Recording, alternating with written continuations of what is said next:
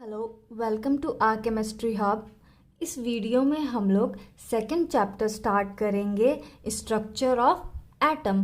तो बेसिकली इस चैप्टर में हम लोग एटम से रिलेटेड जो भी रिसर्च है, जो भी थ्योरी है, चाहे वो सही हो या गलत हो, हम लोग हर कुछ पढ़ेंगे। ठीक है, तो इस चैप्टर में हम लोग एटम के स्ट्रक्चर के बारे में भी पढ़ेंगे।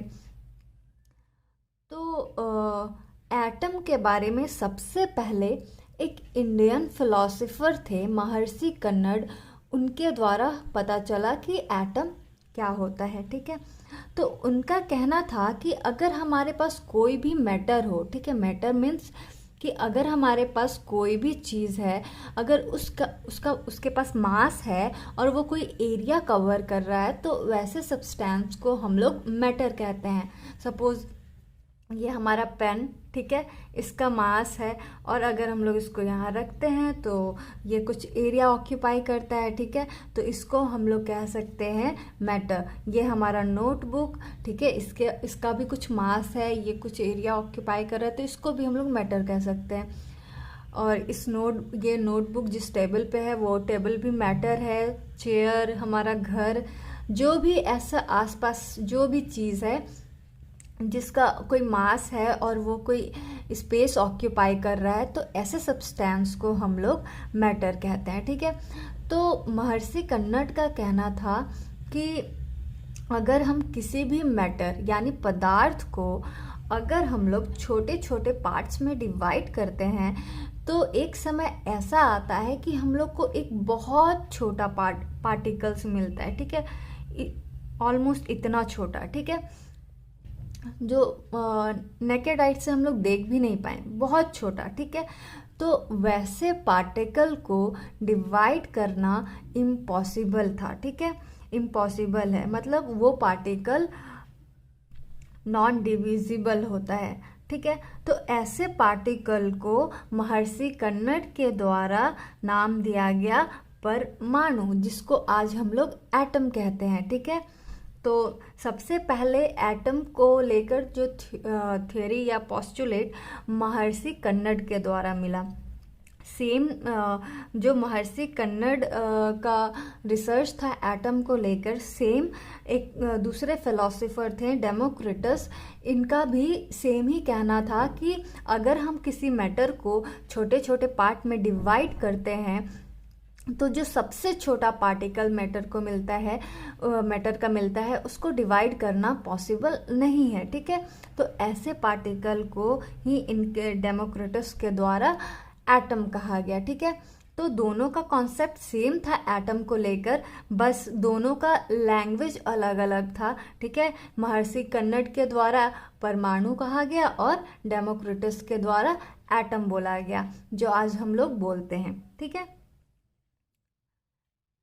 तो ये जो वर्ड है एटम, ये एक ग्रीक वर्ड एटमियो से आया है। ठीक है, जिसका मतलब है अनकटेबल या नॉन डिविजिबल। ठीक है, जिसको हम लोग ब्रेक नहीं कर सकते या जिसको फर्दर डिवाइड नहीं कर सकते।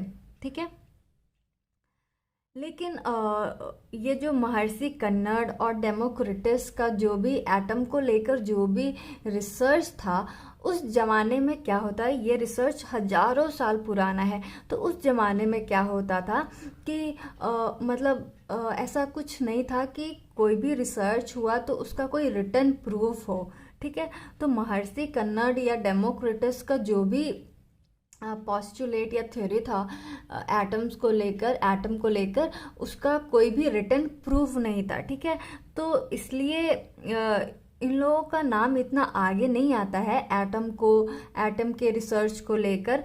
हम लोग जनरली पढ़ते हैं कि एटम के बारे में सबसे पहले जॉन डाल्टन के हेल्प से हम लोग को पता चला कि एटम होता क्या है, लेकिन एक्चुअली हम लोग सबसे पहले महर्षि कन्नड़ और डेमोक्रिटस के हेल्प से हम लोग को पता चला कि एटम क्या होता है। लेकिन उस समय क्या होता था कि कोई भी बात अगर सर्कुलेट करना है तो एक किसी को पता है, उससे दूसरे को पता चलता था, उससे तीसरे को पता चलता था, ऐसे करके हर चीज़ सर्कुलेट होता था, उसका कोई रिटन प्रूफ नहीं रहता था। इसलिए इनके रिसर्च को उतना मान्यता नहीं मिला, इनका रिसर्च उतना फेमस नहीं हुआ। ठीक है, तो अब हम लोग डाल्टन का जो भी एटॉमिक थ्योरी है उसको पढ़ेंगे।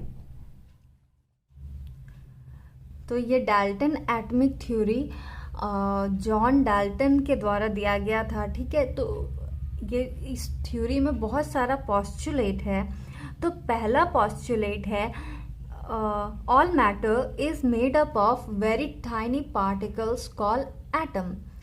तो पहले पॉस्टुलेट में बताया जा रहा है कि जो भी हमारा मैटर है वो बहुत सारे छोटे छोटे पार्टिकल्स से मिलकर बनता है। सपोज ये हम लोग पहले डिस्कस कर रहे थे कि ये हमारे पास एक वुडन पीस है। ठीक है, तो ये वुडन पीस है ना, बहुत सारे ऐसे छोटे छोटे एटम से मिलकर बनता है। ठीक है, बहुत ऐसे करोड़ों लाखों करोड़ों एटम्स मिलकर एक इतना छोटा वुडन पीस बनाते हैं। ठीक है, तो कोई भी अगर हमारे पास मैटर है, ठीक है, तो वो बहुत सारे एटम से मिलकर बनता है। सपोज कि ये हमारा पेन है, ये पेन ढेर सारे एटम्स से मिलकर बना है। ठीक है, ये नोटबुक जो है, इसका जो पेज है वो बहुत सारे एटम से मिलकर, बहुत सारा एटम कंबाइन होता है एक दूसरे के साथ, और ये एटम जो है बहुत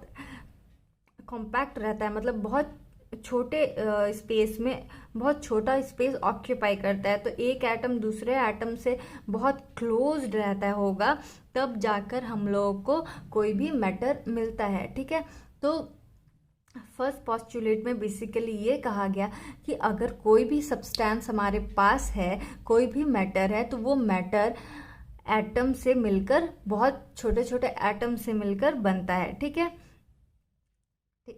सपोज ये हमारे पास कोई एक एलिमेंट है ए। ठीक है, ये कंबाइन होता है एलिमेंट बी के साथ। तो ये जो एलिमेंट है ए, ये भी हमारा एक मैटर है। तो क्या होगा कि ये जो एलिमेंट ए है, ये भी बहुत सारे छोटे छोटे एटम से मिलकर बना होगा। ठीक है, इसमें भी बहुत सारा छोटे छोटे एटम होगा। ठीक है, और ये जब कंबाइन करता है बी के साथ, तो ये एलिमेंट बी भी एक मैटर है। ठीक है, तो ये भी बहुत सारे छोटे छोटे एटम से मिलकर बना होगा। ठीक है, तो जब एलिमेंट ए एलिमेंट बी के साथ कंबाइन करता है, तो हम लोग को एक कंपाउंड मिलता है सी। तो ये जो कंपाउंड है, ये भी बहुत सारे छोटे छोटे पार्टिकल से मिलकर बनता है। ठीक है, इसमें ये भी बहुत सारे छोटे छोटे पार्टिकल से मिलकर बनता है, जिसको हम लोग एटम कहते हैं। ठीक है, और ये जो एटम है ये बहुत छोटा होता है, बहुत छोटा, जिसको हम लोग नेकेड आइज से नहीं देख सकते हैं। ठीक है, तो अब हम लोग दूसरे पॉस्टुलेट की तरफ चलते हैं। तो हमारा सेकेंड पॉस्टुलेट है atom can not be created और destroyed during any chemical reaction.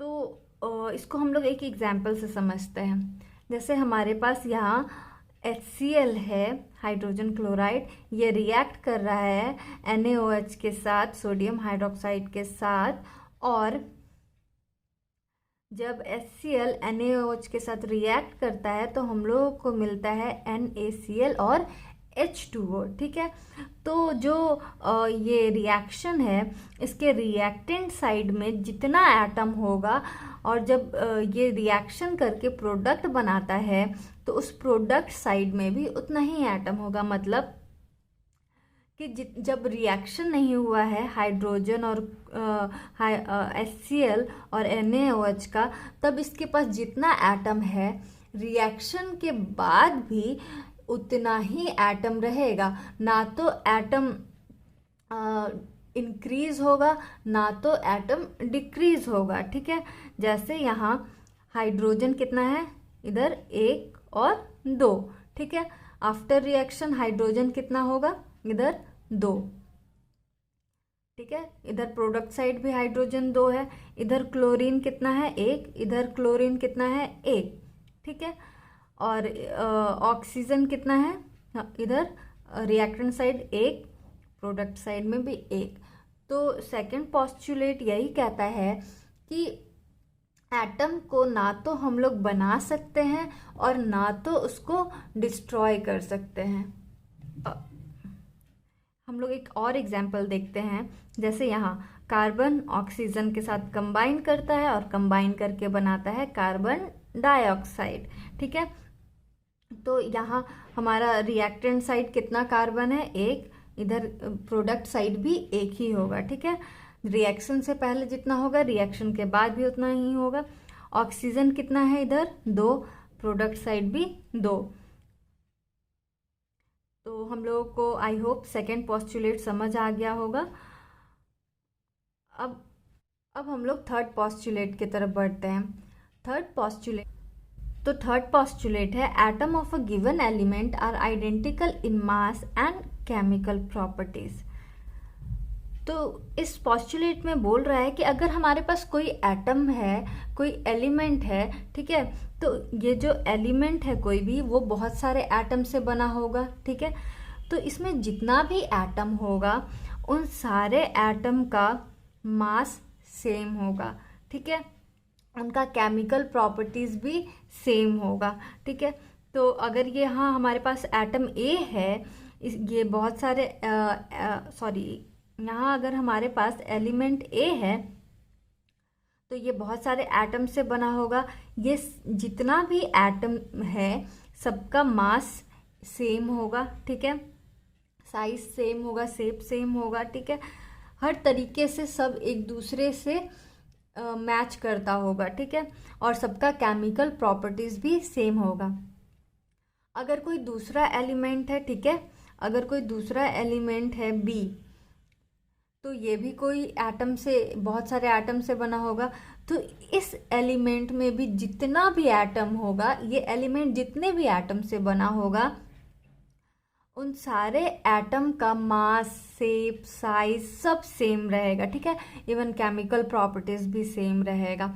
तो यही है थर्ड पोस्टुलेट में कि अगर हमारे पास कोई भी एक एलिमेंट है तो उसके अंदर जितना भी एटम है, वो जितने भी एटम से बना है, सब एक जैसा होगा। ठीक है,